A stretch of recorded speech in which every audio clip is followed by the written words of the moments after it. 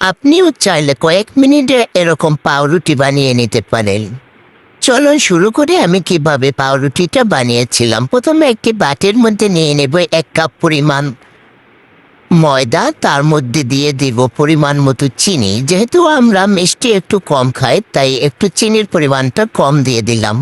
আপনারা আপনাদের স্বাদ মতো দিয়ে দিবেন। এখন দিয়ে দিব কিছু পরিমাণ লবণ বা স্বাদ মতো লবণ। তারপরে দিয়ে দিব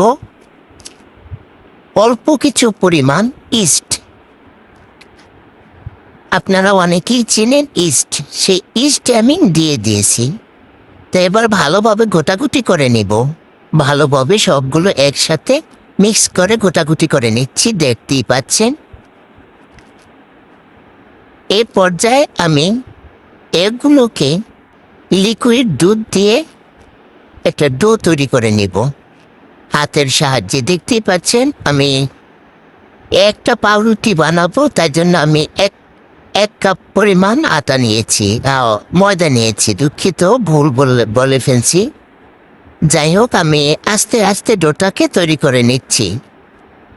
দেখতেই পাচ্ছেন আমি কিভাবে ডোটাকে তৈরি করে নিচ্ছি। আপনারাও এভাবে তৈরি করে নেবেন।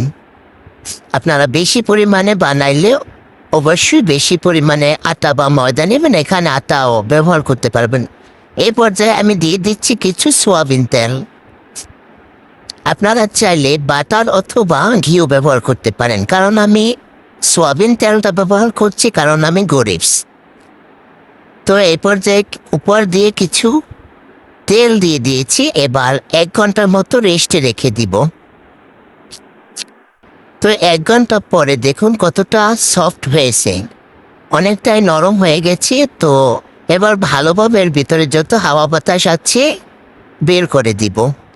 তো এদিকে একটি আমি স্টিলের বাটি নিয়েছি, তার মধ্যে আমি কিছু পরিমাণ তেল দিয়ে দিয়েছি। যেহেতু আমার বিরাস নাই, কারণ আমি গরিব, তাই আমি হাত দিয়ে বাটির মধ্যে তেলটা দিয়ে দিয়েছি। এবার হাত দিয়ে একটু গোল শেপ করে নিচ্ছিলাম। দেখতেই পাচ্ছেন আমি কিভাবে গোল করে নিচ্ছি। তো এবার বাটির মধ্যে দিয়ে আরও 20 মিনিট রেস্টে রেখে দিব। 20 মিনিট পরে দেখুন কিছুটা আগের থেকে ফুলে গেছে। এদিকে আমি লিকুইড দুধের সাথে একটা ডিমের কুসুম ভেঙে নিয়েছিলাম। তো আপনারা জানেনই তো আমার ব্রাশ নেই, আমি চামচ দিয়ে দিচ্ছি। আমার ব্রাশ নেই কারণ আমি গরিব। এদিকে চুলায় একটি কড়াই বসিয়ে দিয়েছি, তার মধ্যে দিয়ে দিচ্ছি একটা লেখালেখির কাগজ। তার মধ্যে বসিয়ে দিচ্ছি স্ট্যান্ডটার উপরে বসিয়ে দিব বাটিটা বসিয়ে দিয়ে অবশ্যই ঢেকে দিব। ঢেকে দিয়ে ফিরে আসছি আধা ঘন্টা পরে। দেখুন কত সুন্দর আমার পাউরুটিটা তৈরি হয়ে গেছে। দেখতেই পাচ্ছেন অনেকটাই সফট হয়েছে।